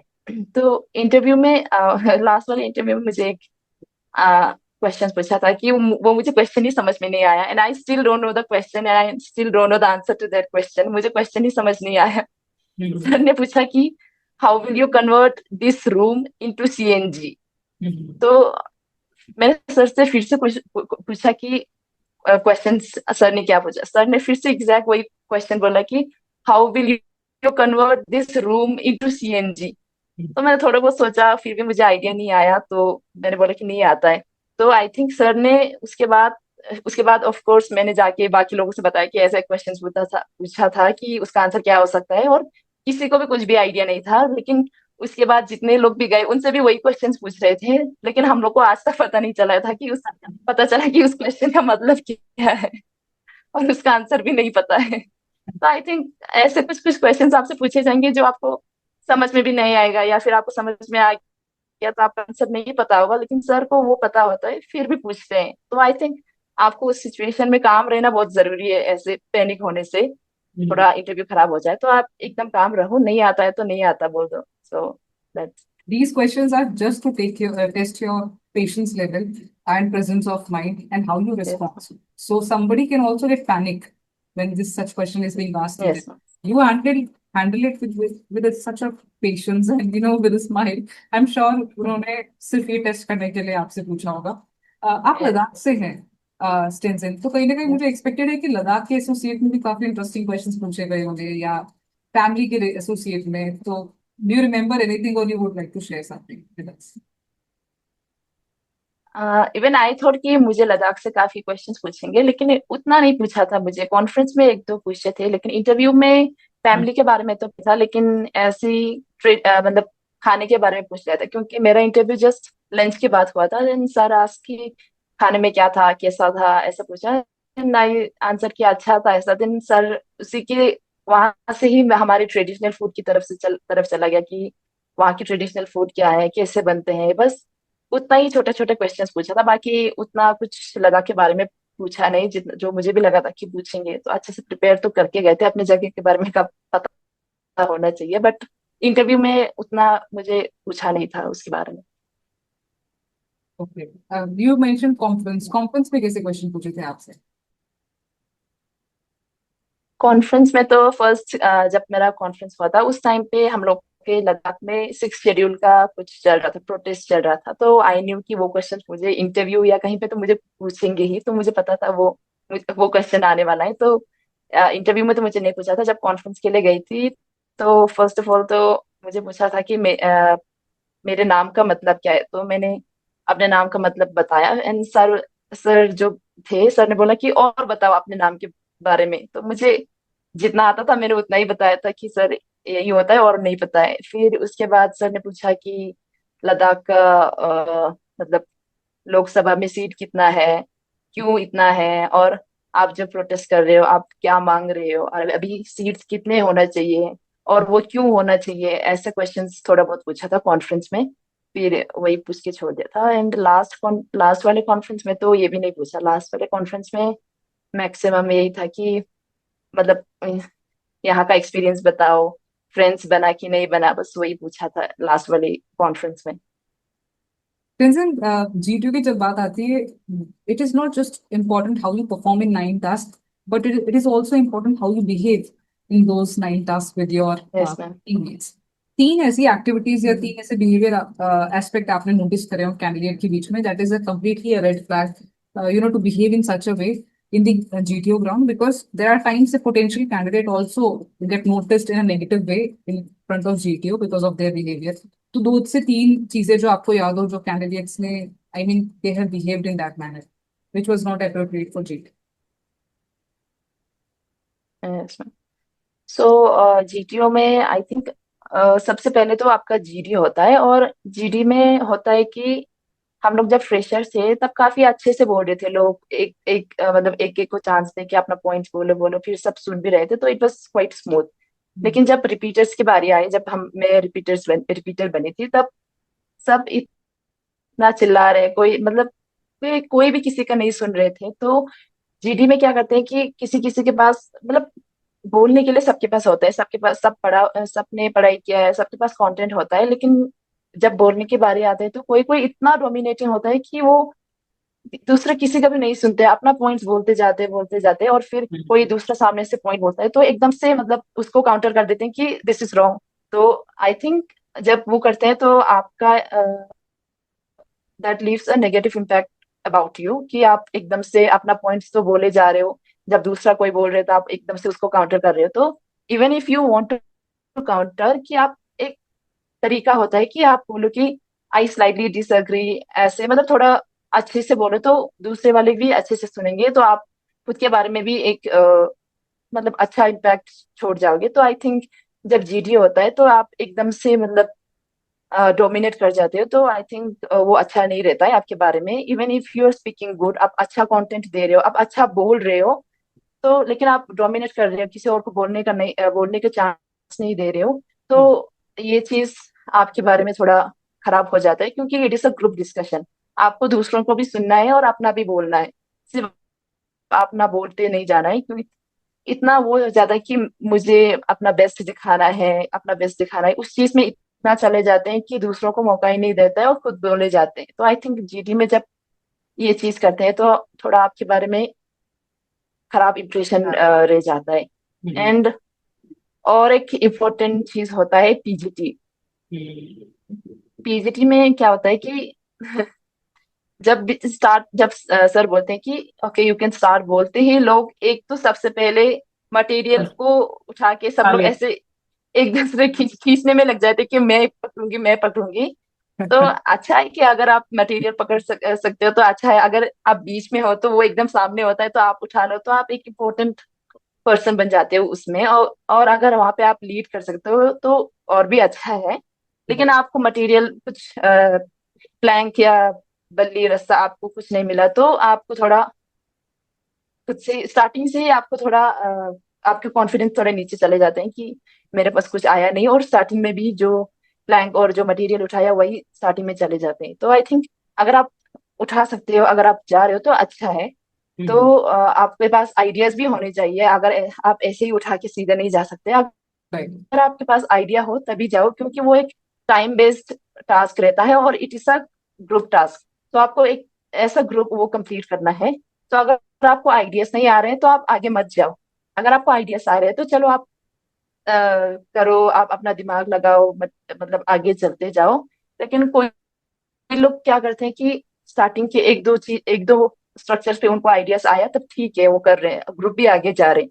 लेकिन एक पॉइंट पे कभी अभी उसको आइडिया नहीं आया है, तो और वो ट्राई कर रहे हैं, उसको आइडियाज नहीं आ रहे, तो पीछे जो बैठे हैं किसी के पास मटेरियल कुछ नहीं, वो तो क्लास में ही रहते, तो वो लोग बोलते हैं कि मेरे पास आइडिया है, लेट मी ट्राई. लेकिन कोई क्या करते हैं, बस उसको ही करना है करके, मतलब वो जितना भी टाइम वेस्ट हो, कुछ भी हो, वो खुद से ट्राई करते रहते हैं. तो आई थिंक आप इस ऐसा ग्रुप परफॉर्म कर रहे हो, तो अगर आपको आइडियाज आ रहा है तो इट्स वेल एंड गुड, अगर आपको नहीं आ रहा है तो स्टेप बैक करना भी सीखो, क्योंकि आपको ग्रुप को साथ में लेके जाना है. तो अगर आप ये दिखाना चाहते हो कि you are a good leader, तो लीडर हमेशा ऐसे खुद का चलाते नहीं रहते, वो दूसरों का भी सुनते हैं, ग्रुप का भी सुनते हैं. तो आई थिंक जब आपको आइडियाज नहीं आ रहे, किसी और को आ रहे हैं, तो आप उसको आगे आने दो, उसको ट्राई करने दो, और आप खुद पीछे थोड़ा हट जाओ, क्योंकि वहां पे जब सॉल्व कर रहे हैं तो उतना जगह होता नहीं है स्ट्रक्चर्स के सामने, तो आप पीछे हट जाओ और उसको करने दो,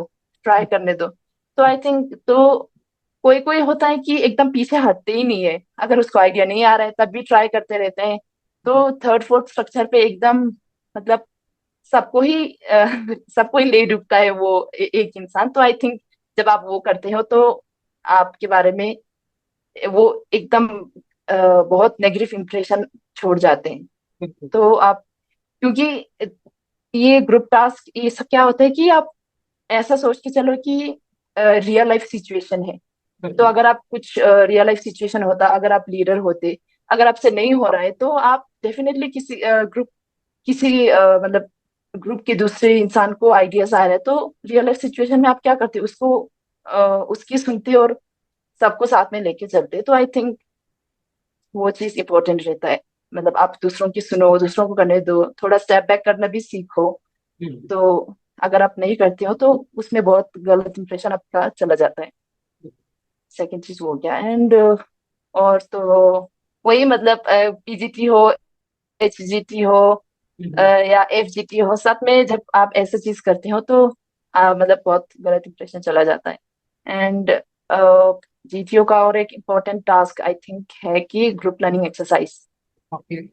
तो उसमें क्या होता है कि स्टार्टिंग में आपको प्रॉब्लम दिखाएगा, आपको इंडिविजुअल सॉल्यूशंस लिखने हैं। तो आई वुड सजेस्ट कि आप एकदम अच्छे से प्रैक्टिस करो, वो स्केल्स सीखो कि कितना स्केल है, कितना टाइम लगता है, कौन सा गाड़ी है उसमें कितना टाइम लगता है, कौन सा मतलब किस टाइप का रोड है, वो सब मतलब आप अच्छे से प्रैक्टिस करो। क्योंकि आई थिंक जो इंडिविजुअल सोल्यूशन आपने लिखा होता है वो काफी मैटर करता है और उसका काफी इंपॉर्टेंस है मुझे लगता है। तो अगर आप वो अच्छा लिखोगे तो इवन इफ आप उसके बाद जब जीडी होता है फिर से एक ही सोल्यूशन पे जब आना होता है तो कोई कोई लोग इतना इम्प्रैक्टिकल सॉल्यूशंस लिखा होता है फिर भी वो लोग इतना कॉन्फिडेंस के साथ मतलब जिन लोगों ने प्रैक्टिकल सॉल्यूशंस लिखे होते हैं उसका सुनते नहीं है। वहां पे भी वो लोग डोमिनेट करके ऐसे इम्प्रैक्टिकल सॉल्यूशंस देके कि उनको अपना सॉल्यूशंस मतलब आगे करना है। इसीलिए इवन उसका उसको खुद रियलाइज होता भी है जब डिस्कशन करते हैं कि उसका सोल्यूशन प्रैक्टिकल नहीं है, तब भी वो ऐसे इंसिस्ट करते हैं कि मतलब क्या हो गया, ऐसे कोई पानी है तो ऐसे स्विम करके चले जाएंगे। तो ये सब काफी इम्प्रैक्टिकल चीजें होते हैं, मतलब प्रैक्टिकल। सोल्यूशंस होते हैं। तो आई थिंक उस टाइम पे भी आप ये यही चीज करो कि अगर आपको रियलाइज हो रहा है कि आपका सोल्यूशन प्रैक्टिकल नहीं रहा, इम्प्रैक्टिकल है, भले ही आपने अपने सोल्यूशन में लिख दिया, लेकिन जब ऐसा ग्रुप आपको एक सोल्यूशन देना है तो प्रैक्टिकल सोल्यूशन दो, सबकी सुनो और अच्छा से सोल्यूशन दो, क्योंकि ऐसा ग्रुप आप सोल्यूशन दे रहे हो। तो आई थिंक ये सब चीज आप अवॉइड करोगे तो आई थिंक आपका अच्छा ही जाएगा। Right. Stenzin, now we'll talk a, about one of the important things which girls mostly face during their whole journey of that, getting Meritin is to get how to get Meritin, because recommendation is something somebody can really work hard. But Meritin के लिए competition इतना ज़्यादा है, seats इतने limited है. What extra have you done and what kind of preparation or perception you had this time when you went for the SSP and you prepared for the written to get Meritin? Okay, so I think merit के लिए return का score बहुत ज्यादा important होता है। कि अगर आपका एसएसबी का स्कोर मैक्सिमम ऐसा होता है कि ज्यादातर लोग का आसपास ही होता है, 80 समथिंग, 90 समथिंग, उतना डिफरेंस, उतना बड़ा डिफरेंस नहीं होता है जितना रिटर्न में होता है। तो आई बिल्कुल। थिंक अगर आप रिटर्न का स्कोर आप इम्प्रूव करो तो उससे आपको बहुत हेल्प मिलेगा कि आप मेरिट हो जाओ। इवन इफ योर एसएसबी का मार्क्स थोड़ा कम हो तो आप रिटर्न में 110 प्लस रखो, मतलब Meritin के तो associate. आप, हाँ मतलब रिटर्न रिटर्न में इंग्लिश पे बहुत ज्यादा फोकस करो। और जीएस में भी अगर आप जो सब्जेक्ट्स मैंने बोला कि कोई कोई सब्जेक्ट्स छोड़ जाते तो आप सब्जेक्ट्स छोड़ो मत। इवन इफ ऊपर ऊपर से भी हो तो थोड़ा कवर कर लो। जैसे कि हिस्ट्री मैंने बोला कि स्किप मत करो, ऊपर ऊपर से भी हो तो आप थोड़ा कवर कर लो, ताकि आप वहां पे क्या होता है कि मतलब 4 ऑप्शन होते हैं तो आप थोड़ा बहुत आइडिया लगा कि मतलब ये अटेम्प्ट कर सको एटलीस्ट। क्योंकि रिटर्न में ऐसा होता है कि सब लोग मेहनत करते हैं, सब लोग हार्डवर्क करते हैं, लेकिन जब कोई ऐसा होता है कि इतना हार्डवर्क करने के बाद भी किसी किसी का रिटर्न ही क्लियर नहीं होता है। तो आई थिंक क्या होता है कि वो लोग जब एग्जाम देते हैं, जब पेपर देते हैं तो पेपर जो आपको आता भी है, जो आपने पढ़ा भी है, लेकिन वहां पे बहुत कंफ्यूजिंग क्वेश्चंस दिया हुआ होता है कि आप एकदम कंफ्यूज हो जाओगे even if you no the answer. तो आई थिंक एक स्टार्टिंग में आप ये करो कि जो आपको आंसर बिल्कुल पता है वो सब अटेम्प्ट करो। उसके बाद आप वो वाला अटेम्प्ट करो जहाँ पे आपको दो ऑप्शन में डाउट हो रहा है, तो आप वहाँ पे थोड़ा दिमाग लगाओ। तो आपने पढ़ा है तो आपको वो थोड़ा बहुत आपके दिमाग में आ ही जाता है कि इन दोनों में से कौन सा सही होगा, तो वो वाले क्वेश्चंस अटेम्प्ट करो। फिर भी आपका अटेम्प्ट अगर कम हो रहा है तो आप, और उसके बाद होता है कि आप तीन ऑप्शंस में आप कंफ्यूज होते हो, तो आप उनको भी अटेम्प्ट करो। तो मेरा सजेशन ये है कि आप मैक्स अटेम्प्ट ज्यादा करो। इवन आप कंफ्यूज होते हो तो आप रिस्क लेके अटेम्प्ट करो। आई थिंक मैंने दोनों पेपर में यही किया था कि पेपर जब देखते तो मुझे मुझे भी बहुत कंफ्यूजन होता था कि मतलब एकदम डर सा लगता था कि यार जो मुझे आता है वो सब तो है ही नहीं, इतना कंफ्यूजिंग दिया हुआ है थे।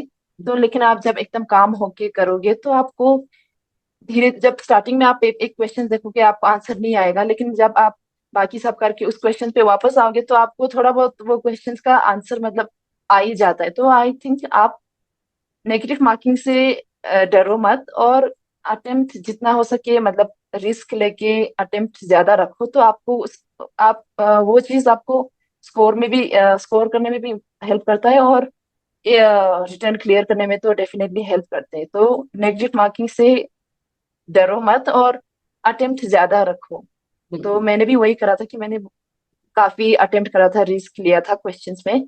तो वैसे मतलब मेरा स्ट्रेटजी एक वही था कि अटेम्प्ट ज्यादा करो, तो आपको मतलब तीन चार चार क्वेश्चंस आपने अगर रिस्क लेके किया है तो उनमें से एक या दो भी सही हुआ है तो आपका स्कोर नेगेटिव में जाने से ज्यादा आपका स्कोर मतलब बढ़ता है। तो आई थिंक आपको ज्यादा अटेम्प्ट करना चाहिए क्वेश्चंस। एंड एसएसबी के बाद आते हैं, तो जब आप पहली बार एक एसएसबी देते हो तो आपको खुद समझ में आ जाता है कि आप कहाँ पे लैग कर रहे हो, या फिर बी एड साइकोलॉजी में किसी किसी का साइक थोड़ा खराब हो सकता है, स्टोरीज थोड़ा नहीं आ रहा है, या फिर स्टोरीज नेगेटिव हो रहा है, तो या फिर किसी किसी का पर्सनल इंटरव्यू खराब हो जाए, तो आप जब आप एसएसबी देते हो तो आप उसके बाद मतलब उस होल प्रोसेस को एकदम फिर से अपने माइंड में रिवाइंड करो कि कहाँ पे गलत हुआ है, कहाँ पे इम्प्रूव कर सकते हैं। तो साइकोलॉजी आपका खराब हुआ है तो आप साइकोलॉजी मतलब थोड़ा ज्यादा प्रैक्टिस करो।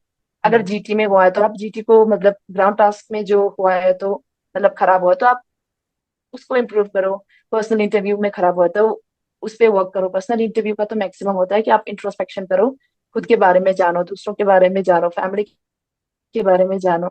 तो आई थिंक मैंने भी वही किया था बस, क्योंकि मेरा पर्सनल इंटरव्यू खराब हुआ था फर्स्ट वाले अटेम्प्ट में, तो मैंने भी वही करा कि मैंने पर्सनल इंटरव्यू में थोड़ा ध्यान दिया, तो आई थिंक उसी से हुआ है। Okay. Since then we have come to an end. It was lovely talking to you. And I think हमने एसएसपी की हर एस्पेक्ट को कवर अप करने की कोशिश करी है. And thank you so much for your time. Despite the fact you Thank have so many things going on in your life, but we managed to do and record this video. Thank you so much for joining me. I really wish you all the very best. And soon you're going to become a wonderful officer. thank you so much. Thank you so much, means a lot. I hope this helps many aspirants who are working hard. Thanks for watching the video and let me know in the comment section below if you have any doubts. Follow for more such content. Jai Hind.